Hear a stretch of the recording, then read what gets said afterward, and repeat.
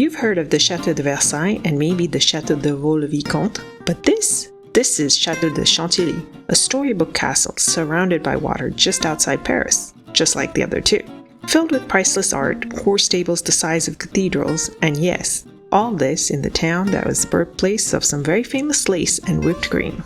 Just 50 kilometers north of Paris, Chantilly is perfect for a royal day trip. It has art, gardens, horses, and scandal, all packed into one very elegant estate. But the historical monument you see today is a reproduction. You see, the chateau was completely destroyed during the French Revolution. Even the stones from the original castle were moved and reused in the nearby town of Chantilly. So who would rebuild it, and who would have the money to do such a thing? Not the French government, but rather an 8-year-old royal prince who inherited a fortune. The original chateau here was first constructed in the 11th century, not as a beautiful monument, but rather as a defensive fortress on the Nonette River Valley.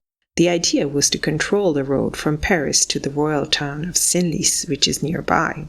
Senlis is where the medieval Capetian kings had a home, starting with Hugh Capet, and so it was important to protect the road. But the area was filled with marshland and unstable. But its medieval architects in the 11th century managed to dig until they hit a very large rock that was stable enough to build a castle. And it is on this land that the castle stands today.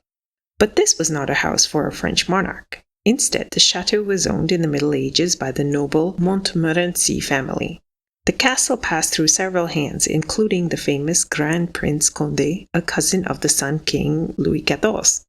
Chantilly was his entry into the competition of best castles in France, with the other chateaux being built at the same time around Paris, such as the Palace of Versailles and the Château de Vaux-le-Vicomte. Indeed, some of the same architectural and engineering team that worked on those other grand palaces also worked on the Château de Chantilly. But all that beauty would not last. The chateau was completely destroyed during the French Revolution.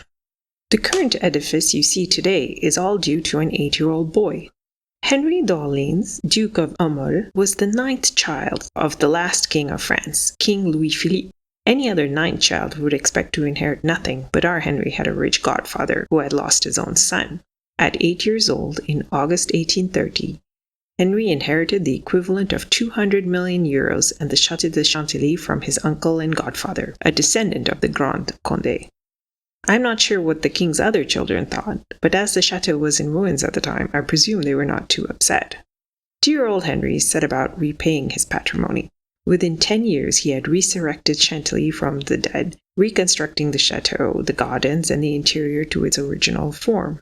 All of Henry's children predeceased him, and so in his will, when he died, he bequeathed the chateau to the government of France, its current owner. Henry only left 2 caveats. Do not change anything, and let no one else live here. And this is why the Château de Chantilly is here today for us to enjoy. Along with the chateau, Henry was a passionate art collector, so the Musée Condé has the second largest collection of antique paintings in France, after the Louvre. And unlike the Louvre, it is gloriously crowd-free. Inside you will find works by Raphael, Poussin, Ingres, Botticelli, and more. There are also illuminated manuscripts and historical curiosities that the Duke obsessively collected. He even decreed that the collection should never be loaned out, so the art stays put, and you come to it. Along with the art, there are also the books. The library is home to over 19,000 rare books, including the 15th century manuscript of the Très Riche Heir du Duc de Berry, basically the medieval version of a luxury calendar.